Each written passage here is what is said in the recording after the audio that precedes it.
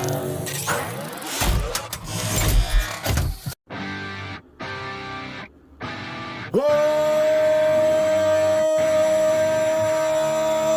up, nerds and nerdettes and wee little nerdlings all?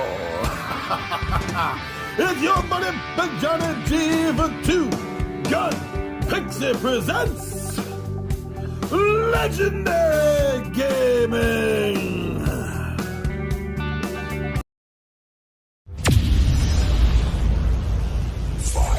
My number 5 favorite RPG that's not Dungeons and Dragons. Marching Order. This is a light RPG that I think is a lot of fun, and that's coming from an old gaming grognard. Now, this game is brutal. It is gritty and hardcore. It uses strong language and has strong situations that capture a very dark, rogue-like experience that this game tends to give. I love the fact that this game can be played just about any way you need it to be played. This game can be played as a solo experience, a cooperative game, or you can have a player run it like a dungeon master style. Any one of those ways, and it's still going to capture the feel of an old-fashioned, old-school, tough-as-nails RPG.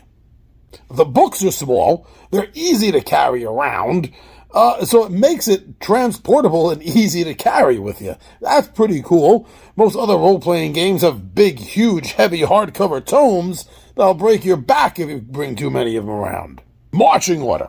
That's not only the name of the game, but it's also the movement style that this game has.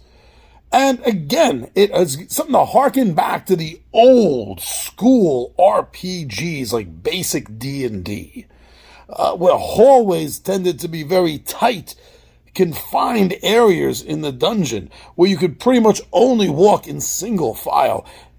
A marching order. A marching order is needed, and this game captures that feel by having you in a single line file. And that line is going to change through encounters with monsters and traps, and even some of your own abilities may alter where you are in the line, and that changes up strategy, which is always a good thing for a game to have. This is an RPG, so therefore it does throw things at you that you don't always find in a lot of board games, though some with the resource management style, because this, you are going to have your health as a resource you need to manage. You need to manage your fatigue. You need to manage the equipment and the skills that you have in order to survive. This isn't just a straight walkthrough at all. You got to keep tabs of your shit. The game is filled with a lot of dark, what's been called gallows humor, with a bit of a salting there of grade school humor thrown in. I agree with this. And that's one of the reasons why me and the 20-Sided Warriors have enjoyed this game so often every time we play it. That it's going to give us not only that RPG feel, but it's also going to make us laugh with some of the tough, gritty gallows humor that's in it. And at the same time, we are going to be genuinely worried about the survival of our characters. This game is not for children. This game is not for snowflakes. This game is not for the woke community. So please, don't bother with this game if you're any of those. But this is always going to be a fun game. My number 4 favorite RPG that isn't Dungeons and Dragons. 4 Against Darkness. This is a solo game, but it also works very well for a cooperative game or being run with a Dungeon Master style character or player. The rules for this, easy to learn. They made sure of that. This game does harken back to old, classic Dungeons and Dragons basic set rules. It is stripped down from what we find in a lot of the more advanced role-playing games, yet nothing seems really lost in the translation. charts. Charts, charts, charts. Again, hearkening back to the old school, the really old school styles of role-playing games and the war games that they came from, this incorporates a hell of a lot of charts. Charts that you wouldn't even expect, such as charts for dungeon creation. Some adventures will be preset, but others, I love this, you're rolling for the dungeon as you are playing the adventure. But there's charts for everything, as I said, for monster encounters, for trap encounters, for treasure encounters, anything at all that can happen turning a damn corner, including which corner you turn, you're gonna find a chart for between the core book and any of the source books that followed.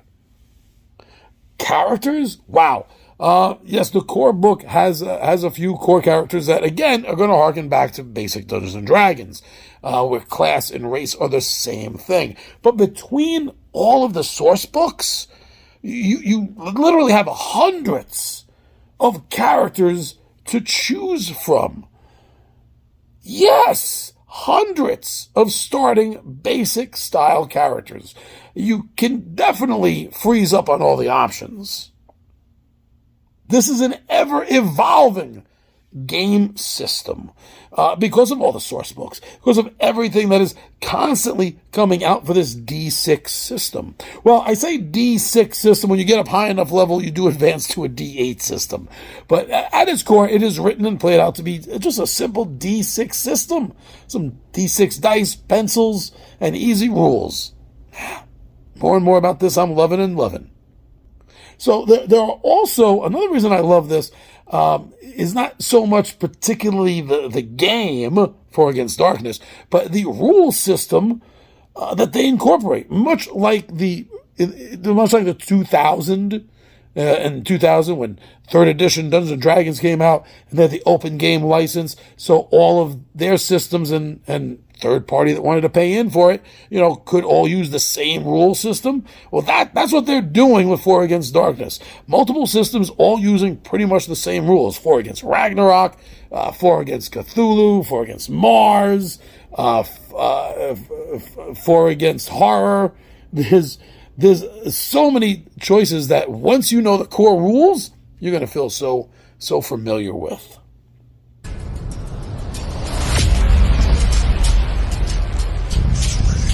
My number 3 favorite RPG that's not Dungeons and Dragons. Star Wars D20. I chose the D20. I have had a lot of love with the West End D6 game over the years, but I chose the D20 because of the familiarity of it. Between myself and my players being so ingrained and so familiar with the D20 rule system, that playing a game that incorporates those rules makes it an easier step for me and my players. But any chance to jump into this extremely familiar world setting, we're always going to love. Now, I like the change that they made from typical hit points that D&D D20 system uses to dividing it out. And the reason that they do so, between vitality and wounds, and the vitality kind of being like luck in a sense, where things aren't really hitting you or grazing you, not really doing a lot, just wearing down your luck until you will eventually get a real hit, a wound damage. And those are the ones that kill you. I love the way they did that with the health system. It works. And I think it does add to the thematicness of Star Wars, with bolts flying all around, blaster bolts, and never really quite getting hit until something is deadly. That makes sense. I also enjoy the fact that depending on which era, because the rulebook is written in different eras, you can play in any of the eras with the one Star Wars D20 core rulebook. They've done a really good job incorporating non-Jedi traditions into the game. Especially needed for the Rebel era, because almost everyone, wants to be a Jedi or at least a Force user. And Force adepts are okay, but you really want something with a little more teeth to it. And no matter what of the time period eras you're playing in, having these other options between Jedi and Sith just makes the game bigger and more fun. Me and the gang, we're totally wrapped up in the Rebel era campaign. And one of the things that makes that stand out is that this campaign doesn't alter the movie. Pretty much. It doesn't alter the original trilogy, really, because it is written brilliantly so to be stories that are taking place outside of the canon core main Star Wars heroes of Luke, Han, Leia, the droids, Chewbacca. They're still doing their thing. They're still doing everything that the movie says that they do, but you and the players are running all these awesome side missions. And some of them even connect with the movies, like having to steal an Imperial shuttle so that other rebel officers can use it to get to the moon of Endor. So I like the way they pulled that all together so you can play the original trilogy without changing any of the canon. You're part of it on the side, behind the scenes, doing your own massively important quests and missions. They take the concept of classes as presented in the D20 D&D system, and they have a lot of familiar classes like the soldier to the fighter, the Jedi to a wizard or sorcerer kind of character. I also like that they have something that you don't find in classic fantasy role-playing games like D&D outside of NPC classes, and that's a noble.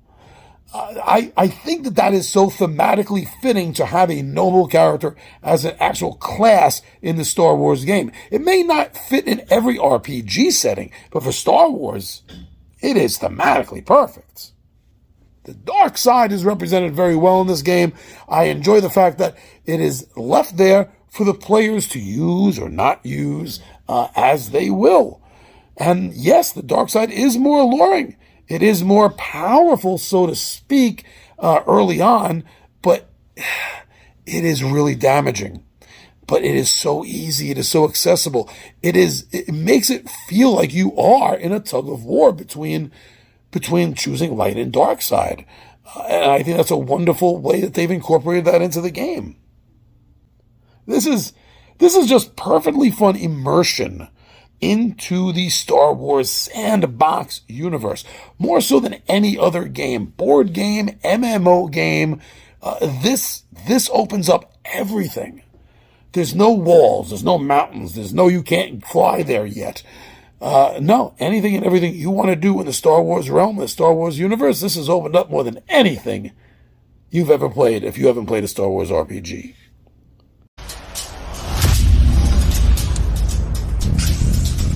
My number 2 favorite RPG that's not Dungeons & Dragons. Werewolf the Apocalypse Revised Edition. This is a savage, visceral role-playing game that grabs you, and you grab the game by your respective necks and throttle each other. All right, maybe I'm being a little strongly dramatic there, but not too much. This is a well-thought-out system, a well-thought-out world based on our real world, especially the version I'm playing. The rules are written for the 1990s, and it does an amazingly immaculate job of making everything feel like a much darker version of the real 90s. They also did a really great job, very well thought out, with their iconic, what's nowadays iconic werewolf tribes that they created for the game. The system, the mythology is so deep, so rich. You can almost bring this game to life as a tulpa. It is so richly created and well thought out. I keep using that phrase because it is well thought out. This game takes subjects that you don't normally find in just about any other role-playing game, where the subjects of this game, of this system, is about environmental protection, spiritual experiences. And being anti-heroes, at least in the eyes of normal humans, at best, you're an anti-hero. But no matter how much good you do, you're always going to be nothing more than a monster to be hunted and put down. This brings something to the RPG that you don't find in others outside of the World of Darkness gaming system. I love it. It's brilliant. We need more games that reach deep down and pull shit out like this. It does a very good job of finding this balance in the role playing of the game between being a human being, a civilized human being, versus being this I will do whatever the hell it takes werewolf. It balances it really well. The rage, the willpower, it is there for a reason. It is there to show that you can dive down into the one aspect or the other, but you are going to come out completely tainted and maybe not even playable anymore. I'm loving everything about this. I also love the interconnectedness. Whether you have the other game books or not, there is enough information to include the entire World of Darkness in any one of your campaigns. For example, the Werewolf campaign. You will have aspects of Vampire the Masquerade. You will have aspects of Mage the Technocracy, and probably also of Wraith the Oblivion and Changeling, because they're all around you in the world.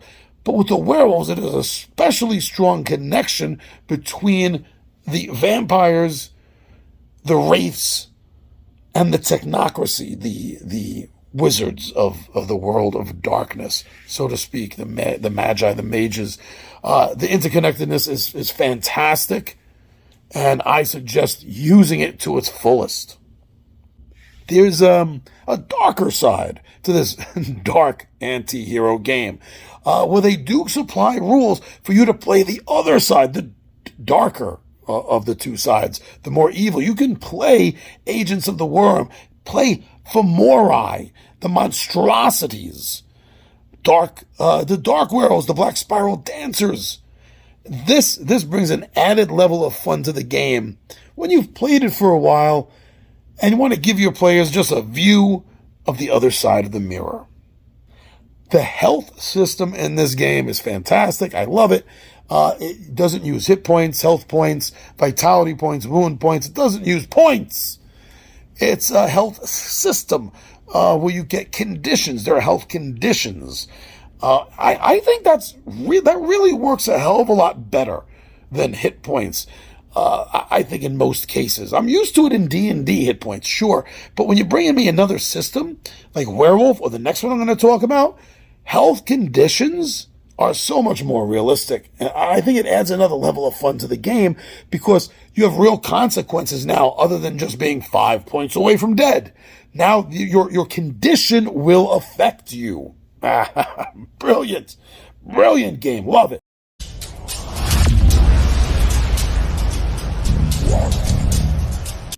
My number one favorite RPG to play that's not Dungeons and Dragons.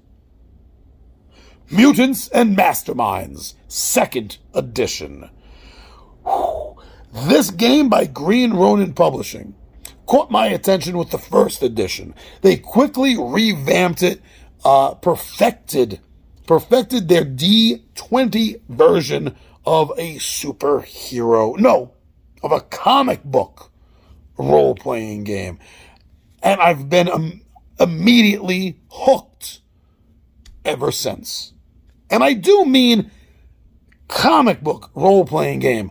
I have had the pleasure of playing some of the best superhero RPGs over the years. GURPS Supers, Champions, the DC RPG, which they've just kickstarted anew. From the old days, Marvel's TSR, Fantasy Games Unlimited, Villains and Vigilantes. And I have to say, this game, Mutants and Masterminds, brings to life the concept of a comic book better than any of the others.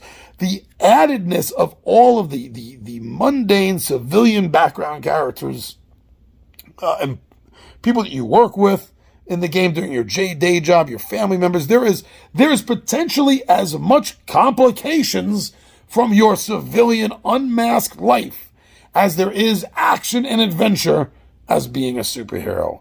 And how that balance works out is really dependent on the game master, but I think that there's enough of it generally put out in the game that is just there as a constant, and it works beautifully. The character creation is near perfect. The point system buying literally everything from your ability scores to your attack, your defense, your powers, your feats, advantages, your skills, your saves. Every single thing in character creation is all point bought.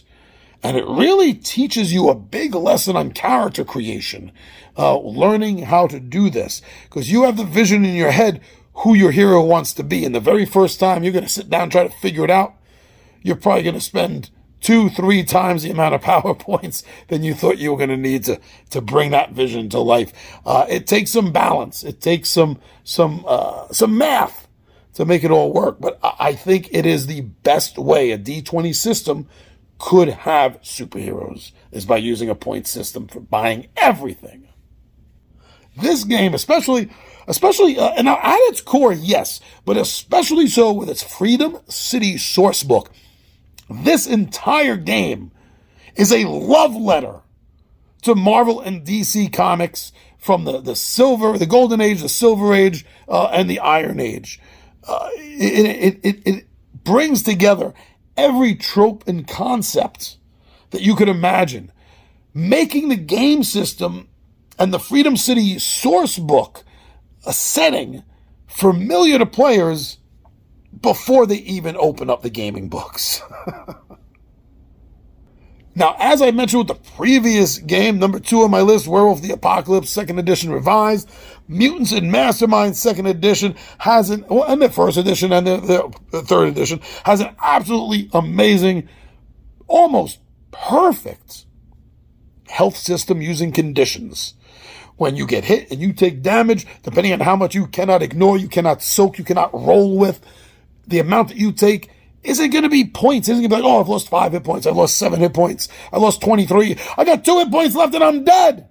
No, this, every time you don't save against damage, and I think it's great that saving against damage is a toughness save. It is a saving throw.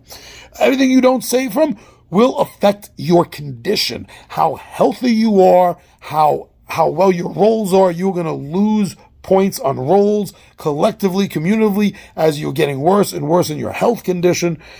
It is a brilliant system that works perfectly well. I have found every single published adventure that they have runs and feels like a really awesome comic book.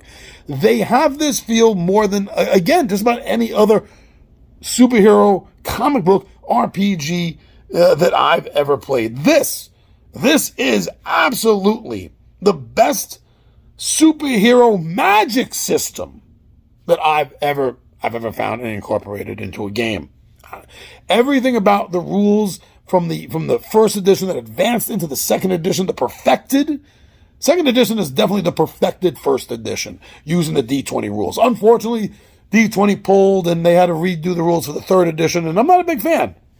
But if you are, that's great, as long as you're playing the game. But me, Mutants and Mastermind is definitely my number 1 favorite RPG that's not Dungeons and Dragons.